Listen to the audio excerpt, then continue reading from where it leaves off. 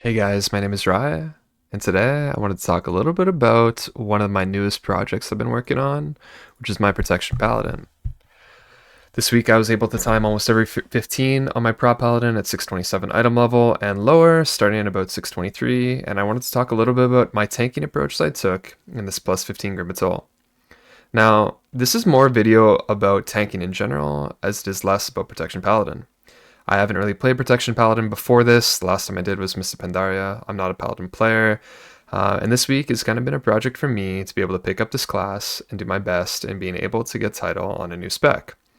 Given Protection Paladin's strengths right now, I found this pretty easy, but more importantly, I wanted to show the knowledge transfer I was able to use in my other tanks from Vengeance Demon Hunter and Brewmaster to moving over to Protection Paladin. Mostly when tanking this key, kind of my troubleshooting in kind of figuring out when to use my defensives, how to group pulls, and how to make sure I can live to ensure my team's success in this key. As I get off in the gather here, as most people know, is again to Grim Batol, the first thing I want to do is as soon as I tag the Overseers, I want to use defensive. I know my short defensive on Protection Paladin is Ardent Defender, and I get everything grouped here as I kind of move in with Divine Toll. As I'm kind of grouped here and centered, I make sure that on the first knockback here, I have Spell Warding on my Enhancement Shaman.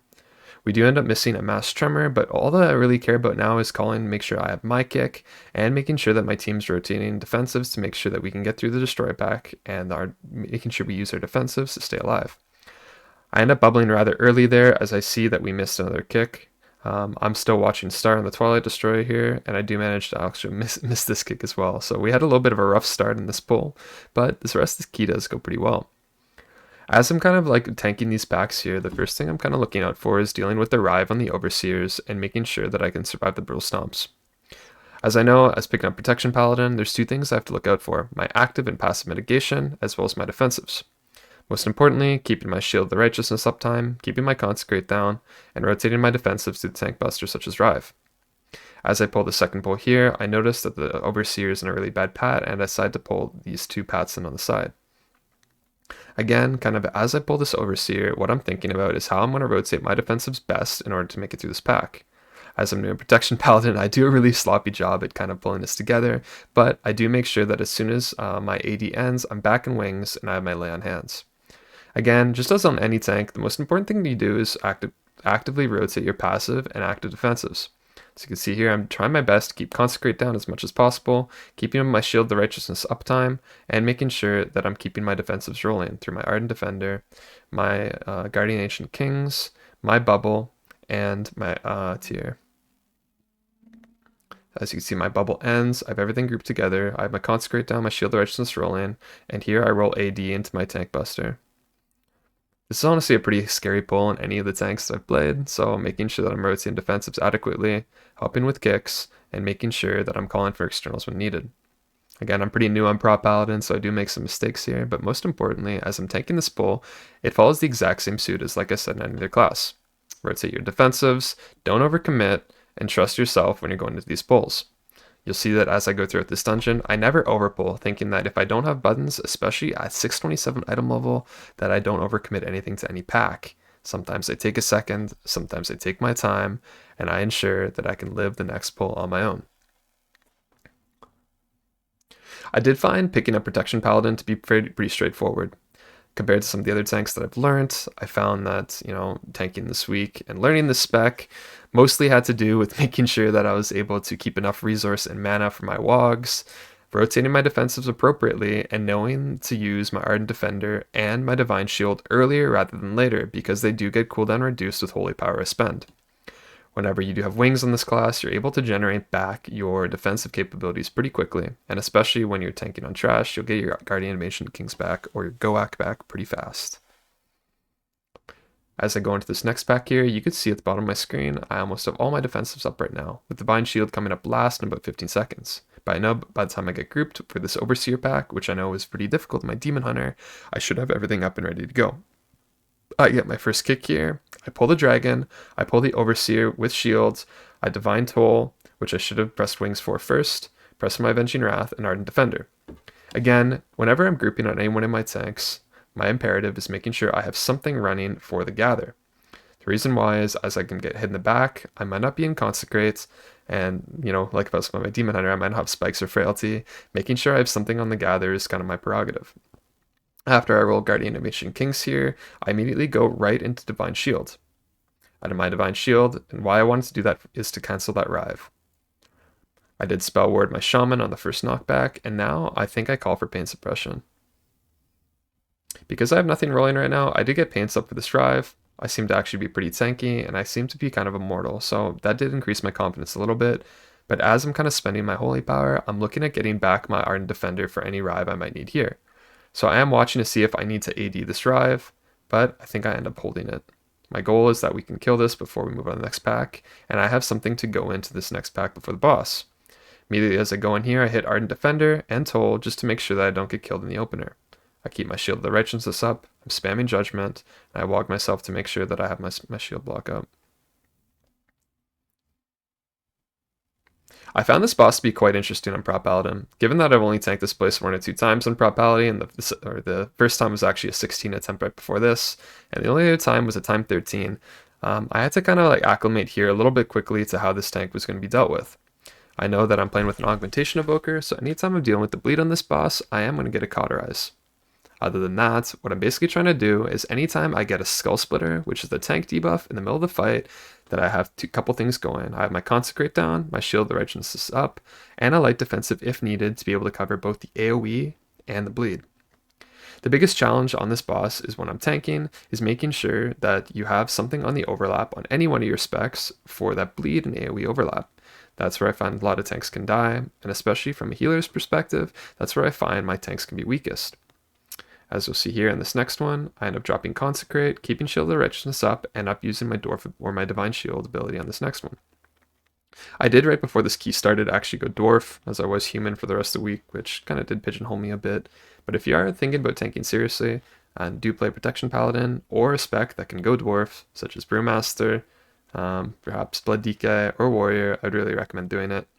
There are a lot of bleeds this season that you can get rid of, or magic debuffs just by dwarfing. So here, I do end up dwarfing this one, and I end up going back to my regular rotation. The nice thing I learned about playing the spec is when I have my wings up, I end up getting a lot of CDR back on my abilities. So as I've kind of been learning how to play the spec, I've been making sure that after I use my AD and my bubble, that I do press wings afterwards as quickly as possible to try to get that CDR back. I do get Cauterize on this bleed, and as you can see, I'm spending as much Holy Power as possible to make sure that I can get both my Ardent Defender back and my Divine Shield for the next possible bleed overlap. I know that now in the fight, this next one's probably going to be the scariest one for me until the boss is dead. Given that we have no Cauterize from the Augmentation Evoker, I have no Dwarf, and I have no Divine Shield. However, I've been spending a lot of Holy Power here and making sure that I can keep my block up and keep myself up here with Wog, that I do end up committing both Guardian of Ancient Kings and Ardent Defender for this overlap, and immediately using a Wog on myself to top myself out of the debuff. I think there are a couple mistakes that I did make on this fight, but most importantly, I think what the feedback is and what this video is intended for is like when you're playing a new tank, you can follow the exact same rhythm as you could on any other tank you might have played before.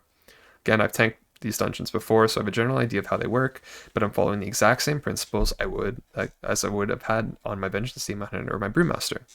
Making sure that for every bleed, I have a defensive, if I need to move, keeping up my active mitigation, and calling for externals when I don't have a way to deal with the bleed and the AoE overlap.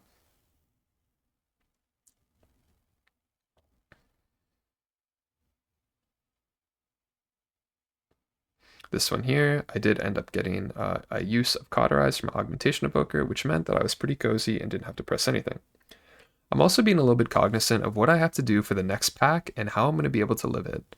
The Molten Giants, even after the nerfs, can still be pretty deadly, but however, on Protection Paladin, you have a lot of interesting tools to be able to deal with them.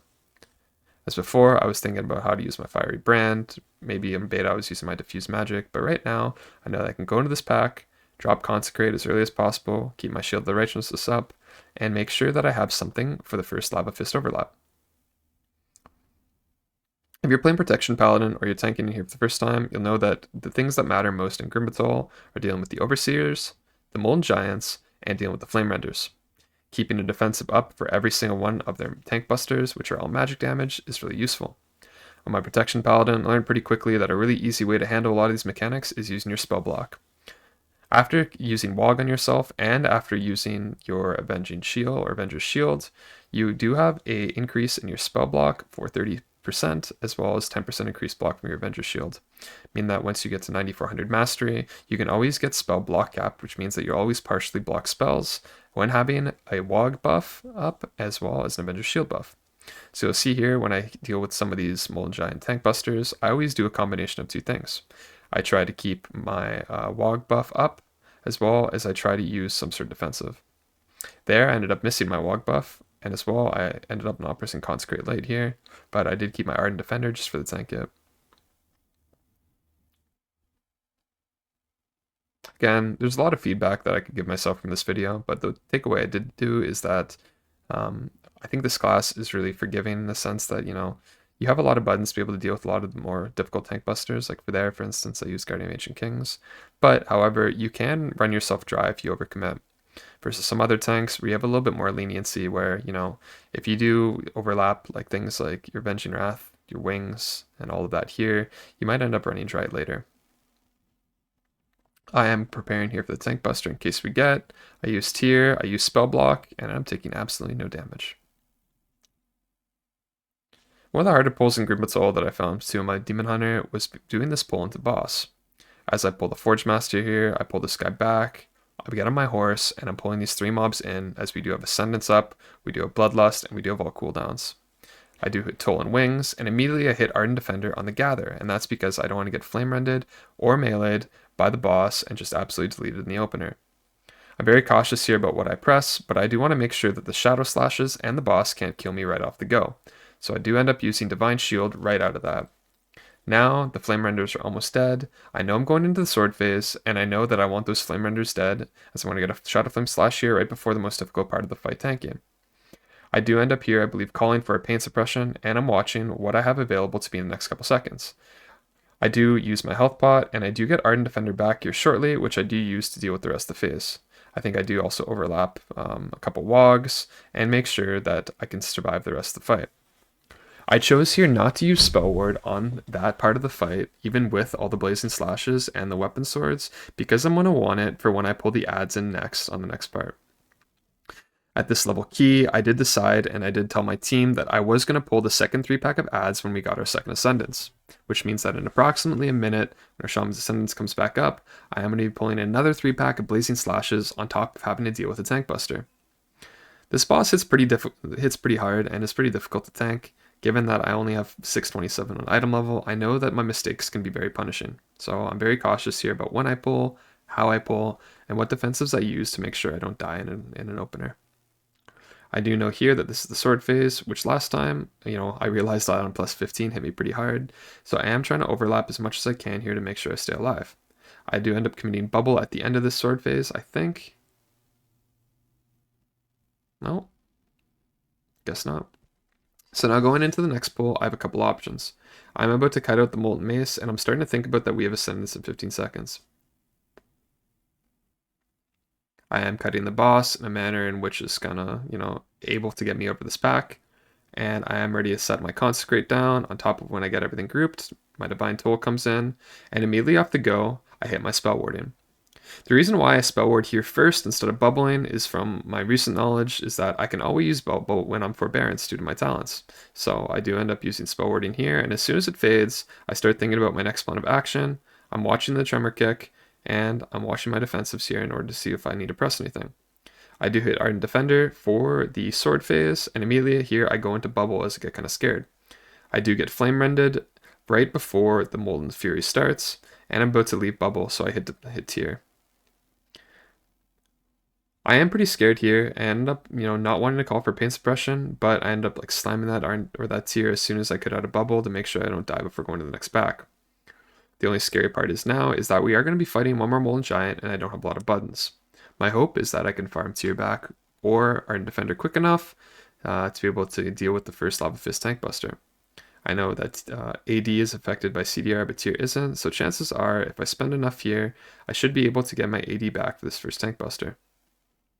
The Giant does get stunned just as we kind of go into the pack, which does buy me a little bit of time. I do communicate with my healer here that if I don't get Ardent Defender back, I'm going to need a Pain Sup. However, I do, and I'm extremely cozy. However, I think he still does overlap me here with Pain Sup just in case. There's my Ardent Defender. I don't really take any damage. I didn't have spell block up for that one, which was a mistake as well. I should have had spell block up as well as Ardent Defender just to mitigate as much as possible. And we are watching kicks here to make sure that our team doesn't get one shot 2 bolts. We're trying to beat the next Lava Fist, and we're off to the more difficult part of the Dungeon of Tank. Knowing my experience from Demon Hunter here and Brewmaster and Beta, all of these mobs absolutely blast. And the thing that I'm trying to think about is how to plan out my defensives accordingly to make sure that I can survive an Enforcer, a Flame Render, and eventually a Lava Bender as it comes into this bowl. As I've learned on Pro Paladin, the thing you always want to do is start off early with Ardent Defender and then move into Tier and then move into Bubble as needed. However, I really had nothing going into this pack except Wings. However, Wings gives me a little bit of an advantage here because it does let me farm back the cooldown on both my Ardent Defender and my Bubble as I go into this next pull. I do taunt in the Lava Bender here and immediately press Ardent Defender. I'm getting a little bit scared because the Enforcer's high and I've decided not to Hodge him yet. I want to keep them all grouped and use my Hodge as late as possible if needed. I'm also thinking about the opportunity I'm going to use here to use my Divine Shield to make sure that I can get through this pack. As the Enforcer's almost dead and the Lava Bender's here, I've just been sitting and spending as much as possible to make sure that I can get a little bit of CDR off next to the next pack. I did use Blessing of Sacrifice on our Shaman that pull as he did have a Curse and an Overlap, and I was in Bubble so I was taking no damage. Again, same rules kind of apply on taking this pack as I would any other pack. I'm new to Pro Paladin, but I follow the exact same procedures. 1. Watch the Enforcer. 2. Be careful for the Lava Bender. And 3. Make sure that I have CDs rolling for any of the bad overlaps, especially as the Enforcer gets stacks. As I go into this next pack, I am pretty dry, but I do use Tier off the Gather. I call that I'm kicking Circle, and I'm going to be watching and waiting my team here to see what we're going to do next. This is my recovery pack in my eyes, and I'm really happy here because I have a little bit of time to get Wings back, I have time to get my Iron Defender back, and I have time to get my Divine Shield back. I do end up, I think, holding Wings here, which is a very good call on my part because I'm going to want it onto the next pack. Anytime I'm fighting an Enforcer and a Lava Bender, ideally in my head, even though I haven't really tanked this place much on Pro Paladin, I'm thinking about what big CDs I need to be able to live the more difficult trash in here. Again, given my gear, I'm a little bit more cautious than I normally would be, but as you know, I'm kind of practicing a new spec, I am thinking about like, okay, what would my cadence be like in a key level higher? What if I weren't playing with people that might have already had this key timed? And you know, how would this key be if I was in a complete bug? What would my CDs be like? What am I feeling? Where's my team weak? And what do I have to do to help ensure that my team has success in these keys? Should I be kicking something different? Should I be hodging? Or should I be rotating my CDs differently to ensure my team's success? Immediately off the bat here, as soon as I pull the Lava Bender and the Enforcer starts getting stacks, I go into Ardent Defender. Again, I'm watching kicks right now. I'm hodging where I can, and I commit Bubble extremely early there because I think I'm going to get Flame Rend and Slashed. I see that the Enforcer is getting a little high, but I did manage to get a Hodge off on the opener. So I don't have Hodge now, but the Enforcer should die before I need to use any more relevant CDs.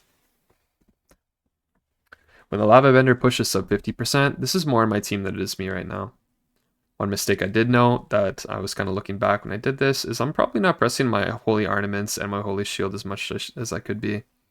I find those buttons on Pro Paladin feel like a little bit of bloat, but they do a lot of utility and damage, so looking back, I could probably be pressing those a little bit more.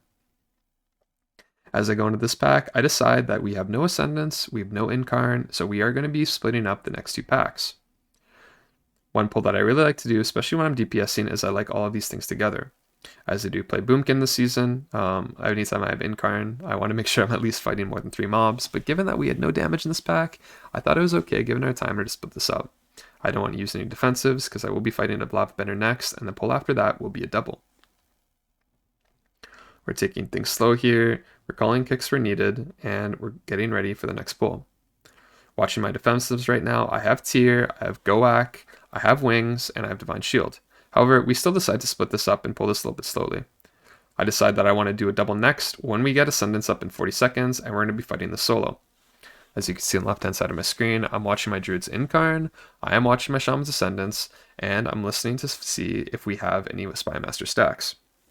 Kind of covered by my chat box right there. I do have a filter to see my Spymasters. I know that D-Wilkes and Jeffy here are going to have about a 40 stack by the time we get the next pack, so it should melt.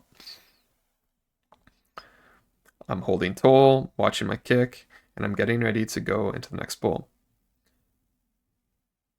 I know that I probably have 3 more difficult pulls left to tank in this dungeon, and then I'm kind of home free, and the rest is on my healer and my DPS. So at this point, I'm feeling pretty confident that I haven't fallen over yet. But, you know, I've still made a lot of mistakes in this key, but I do think that the tanking part was really interesting. I found this a really neat experiment for myself to figure out how to tank a key that I only tanked on another spec at a higher level, on a class I hadn't really played before with, you know, with good players. So I do pull all these together. I'm Ardent Defender immediately off the gather to get everything kind of grouped together. I hit my toll to kind of get everything kicked in. I call my kick target, and now I start rotating my defensives to make sure I can live this very difficult double. Here, I end up hitting my spell warning right after my Guardian Mage and Kings, which means that as soon as this falls in 6 seconds, I'll be able to use my bubble and my wings to be able to get through this pull.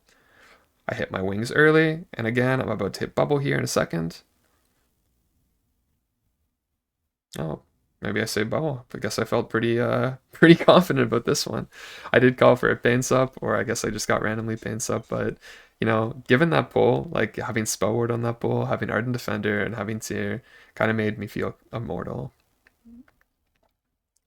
This boss to tank, again, you know, I tanked this on our previous 16 attempt. It was kind of my first stab at this. I do use the cubby strat, so I'm starting to think about how I want to plan my cooldowns in this fight. If you've watched my Preservation Evoker video on how I time my last Grim Batol, you'll see that the tanks often use a cubby strat in this fight to make sure that it's easier for your DPS to kill the adds and give your team more uptime. I will be doing that in this video, and I'll be kind of walking through how I use my defensives to get through every breath and where I feel scared. I do really like tanking this dungeon compared to healing. I think it's a lot of a different challenge. I think when healing in this dungeon, I feel very challenged on some of the bosses. Versus tanking in here, I feel very challenged on the trash. I feel like everything can kill you very, very quickly if you're not very careful, and you don't have a team that's able to help you coordinate with kicks, stops, and other things. I found Grim Batol my most difficult key to pug this season, so now that I have a perspective on tanking, healing, and DPSing it, I feel like I have a really well-rounded approach on how to approach it. Pulling the boss back here, I make sure that I only throw hammers at the boss to make sure that I don't shield bounce to the 2 lava benders. I've seen a couple tanks in here throw a shield and then everything pulls and then it's game over disaster, so I'm very cautious about gathering this boss, and I do bring it into the corner. I'm spamming Judgment, spamming my Holy Power abilities, and I am watching to see what I might need to do on both the Twilight Buffet and to make sure that I can live the frontal. The frontal is the hard part of this fight, especially to do with the fact that you're sitting there also eating tornadoes. So in the first one, I have wings rolling and I hit Ardent Defender, and I'm spending as much as I can to get some CD back on my next AD. I'm keeping Consecrate down, I'm keeping my Shield of the Righteousness up, and I'm wogging myself where needed. I did start this fight without checking my mana, and I do realize I'm pretty low, I'm sub 20%. My mana bar is right below my cooldown bar in the middle of my screen. Anytime a Twilight Buffet comes out followed by Breath is where I need to be very cautious about popping a cooldown. Your tank, or if you are tanking, can die here very, very quickly and very easily if they don't pop anything. So I do alternate using my Ardent Defender and my Bubble. I've learned this week tanking. I think I said it earlier in this video. My priority that I end up using in this dungeon for a lot of tank busters ended up being my AD, my tier, and my Bubble before a lot of my other abilities. The reason why is because I can farm them back by spending Holy Power. Especially if I have wings coming up soon, I'm able to use wings to spend more Holy Power, generate more Holy Power, and then get my cooldowns back quicker over the course of an encounter or the dungeon in general. Again, I had my Twilight Buffet, I'm ready for a breath here, and I use Ardent Defender. I'm watching myself carefully if I need to use Lay on Hands or Wog, and I do commit Lay on Hands there just to get it on a cooldown. I know that I'm still in Avenging Wrath, and my spending is going to reduce the cooldown and Lay on Hands, so I did just use this as a precaution to give myself some armor, as I'm pretty low here on mana. Again, I'm treading the line very carefully here, as I know I can't overwog myself, as I might die. I end up using Tier for the Twilight Buffet, and it does expire early, so this was a mistake I made here. And I am watching this next mechanic, and I believe I use Guardian of Ancient Kings.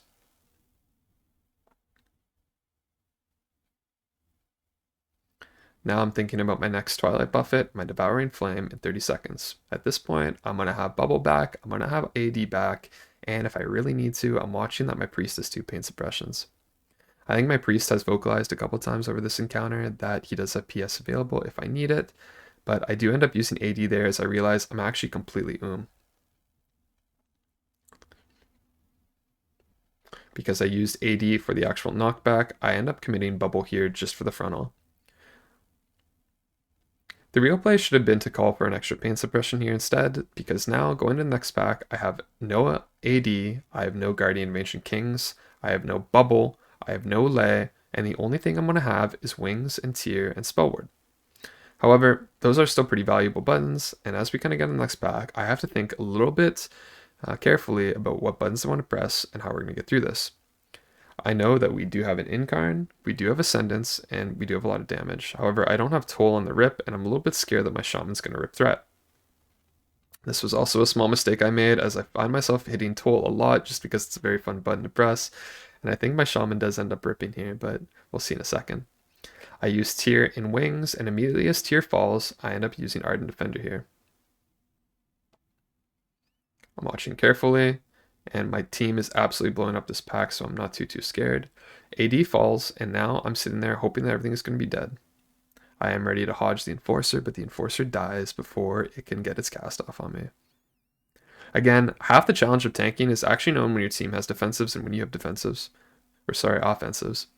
If your team has cooldowns up, say Spy Masters, say that they have Ascendance, say that we have Breath of Beyonds, all your packs are going to die a lot quicker, meaning that you can go into packs and be a lot comfier as a tank if your DPS is going to be able to blow it up. Playing with good DPS makes tanking a lot easier. However, it's also on you as a tank to notice when your DPS have damage available. You can pull off a lot sketchier things, do crazier stunts, and live things that you thought might not be livable because you have all your cooldowns up and they'll all die by the time your cooldowns run out. This is especially important on Vengeance Demon Hunter, where this season everything kind of needs to die by the time your Metamorphosis ends. If it doesn't, you could be in trouble. I find that the end of this dungeon is very easy to tank, and I don't really have to worry about much. I'm pretty much just helping Wog here where I can, sacking where I can, warding where I can, and keeping my Holy Bulwark up to making sure my team has a little bit of a shield.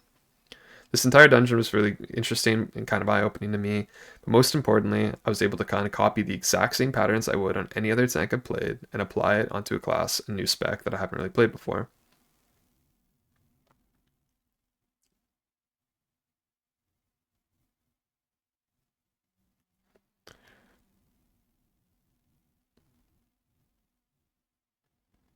I'm watching my Augmentation Evoker and making sure I can walk him if needed, but he seems to be pretty cozy. Going to this next pack, I find what's really cool about Pro Paladin is you have a ton of utility to help your team on these pulls in specific. I think like especially too as I've kind of done my journey through Siege, through Grim Batol, through Arakara, etc. Having sack and spell warding is super neat, and I think you can really showcase your skill as Protection Paladin. As well as like a player, just by being able to use some of these things where in other tanks you might not have this utility, right? Like doing a good spell warding, doing a good sacrifice, a lay on hands, um, it all feels very rewarding to play. And I think really importantly too, this season you can feel how strong it really is. Off healing's always been very potent, but like for instance right here, I'm able to get a full spell warding on my druid who has 40 stacks of Spy Masters. Even though he barked, right? Like I don't want to risk him dying with all those stacks, even though he had 10 stacks up of just the ads dying.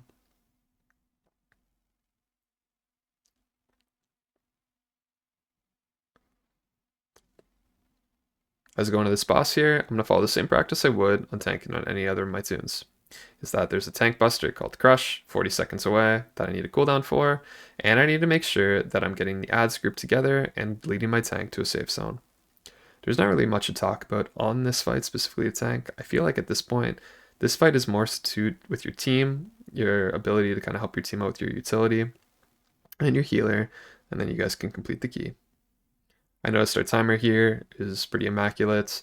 Other than our little hiccup at the start of the key, we've done a really good job at making sure that we're able to control our stops and our kicks, our decurses, and our cadence, and making sure that I'm able to pull around my DPS CDs and making sure that I'm able to do as much as possible to help my team out.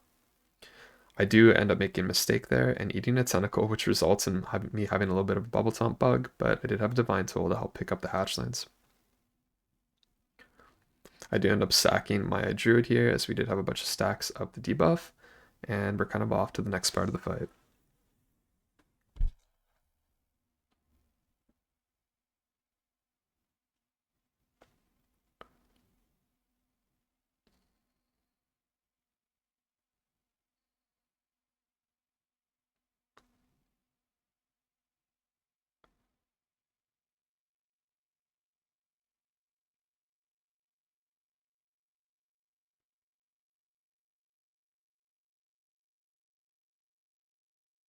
Again, the tank buster comes out here, and I need to make sure that I at least have one tank defensive up for that part of the fight. I did end up committing my Guardian Ancient Kings. I know I do have AD here if I need it. I do have Divine Toll if I want to build some shields off all the little guys, and I'm just keeping my active mitigation up.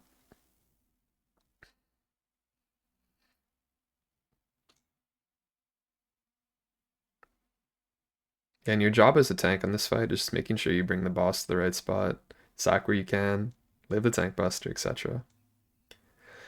At this point in the dungeon, I kind of just wanted to wrap up. I want to say that I've had a lot of fun tanking on Pro Paladin in the past couple weeks. I know it's the meta tank, and I usually like to pick up some meta specs as they're quite a bit of fun as you can carry pretty hard on them. But this Pro Paladin is a power spec that I haven't really had a chance to really enjoy this season. This class feels extremely strong. And given that I've had very little playtime on it, I feel like it's pretty easy to pick up. So if you are coming from a different tank spec, maybe you're playing a healer, maybe you're playing DPS, I think the spec is a ton of fun. I would recommend at least trying, even if you're new to tanking, picking up the spec and running a couple low keys. You'll find a lot of fun just being able to deal with things like Blessing of Sacrifice, Spell Warding, Bop, Lay on Hands, etc. And you kind of can feel like a superhero to your team. Like this, for instance, I basically just bubble and run through all the tentacles and give my team as much space as I can for this part of the fight.